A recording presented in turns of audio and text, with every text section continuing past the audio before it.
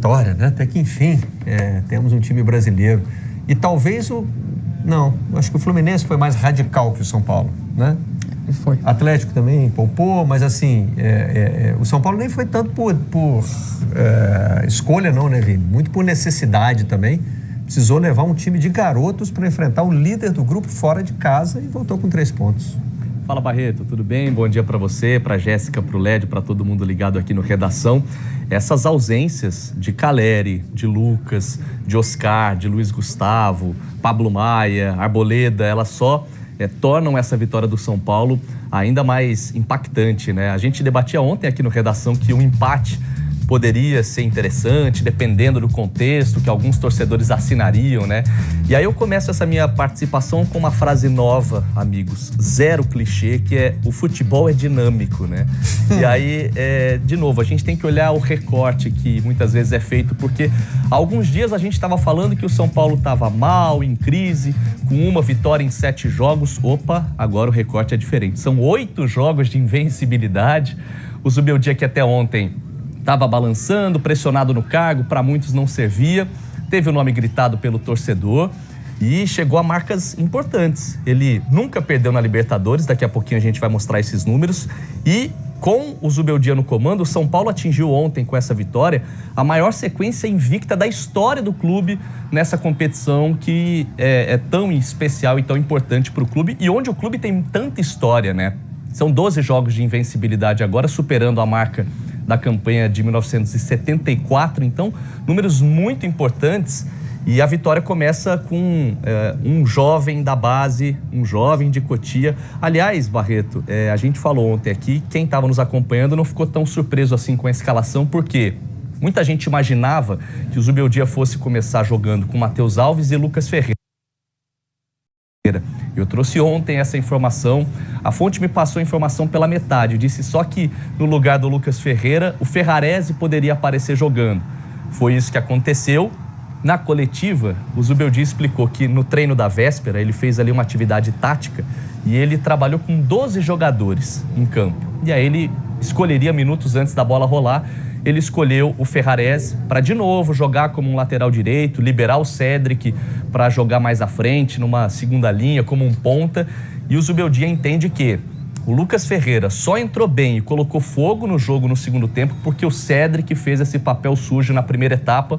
Lucas Ferreira abriu o placar, São Paulo sofreu um sufoco enorme, a começar por esse pênalti que poderia empatar, né, nos minutos finais. E aí depois, com o André Silva, o time liquidou a parada, teve gol anulado, 2-0, muito comemorado pelo torcedor, Barreto. Excelente resultado dentro do grupo, né, em termos de pontuação e diante das circunstâncias que o São Paulo precisou enfrentar. Foi um jogo de Libertadores, assim, que o torcedor chama aquele jogo copeiro, né? Fez o que tinha que fazer para ganhar um jogo de Libertadores. Competiu, defensivamente marcou muito, tentou se defender, tentou não deixar o adversário marcar o gol e quando teve a oportunidade matou o jogo. Foi um jogo de reação, os 2 gols do São Paulo saindo de reação, de contra-ataque, contando com os jovens, né, com a velocidade. Eu acho que esse jogo de reativo, vertical, ele tem muito mais a ver com o Zubeldia do que quando o São Paulo joga com aquele quarteto ofensivo de mais cadência. E o São Paulo fez a competição que precisava, jogou como uma equipe que sabia a dimensão do jogo de Libertadores e o que tinha que fazer para buscar a vitória. Foi bem jogado o jogo. O Libertadores teve possibilidade de fazer gols também, criou também, errou aquele pênalti, finalizou mais. Mas o São Paulo, acho que foi muito consciente em campo. Embora tenha jogado com jovens, né? Embora também Lucas entra depois ali, joga o segundo tempo, e o São Paulo fica bem mais jovial em campo.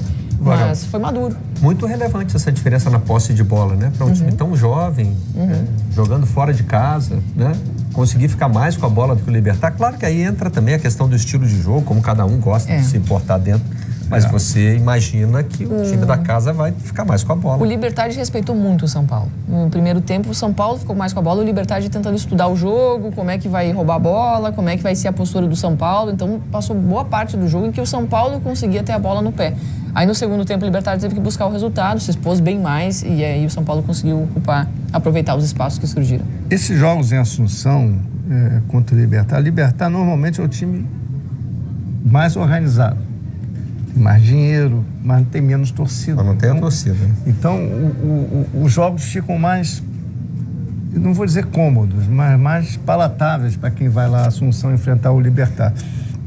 Cara, o Vini, futebol é dinâmico mesmo, né? Porque o São Paulo consegue ter uma torcida dividida em relação ao técnico, né? Metade, inclusive a imprensa, é zubeldista e metade é anti-zubeldista.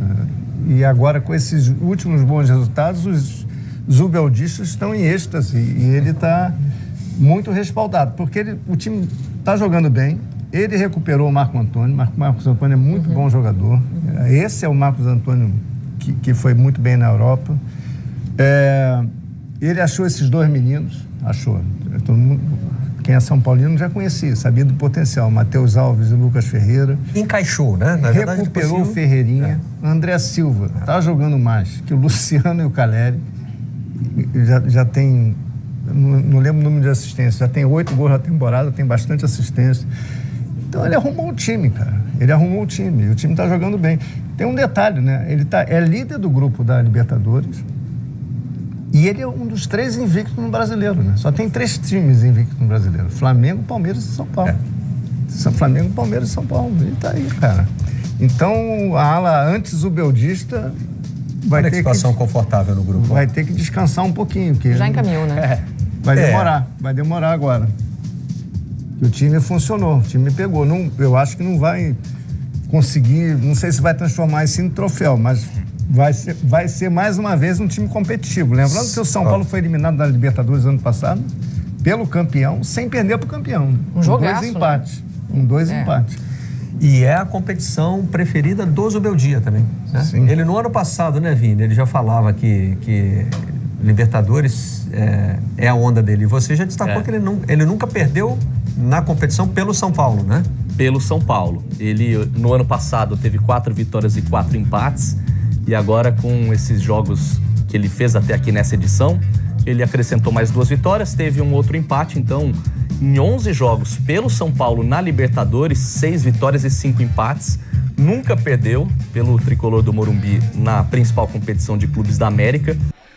Isso aí, nação tricolor. O São Paulo é embaçado na Libertadores, hein? Realmente, a camisa tricolor pesa nessa competição.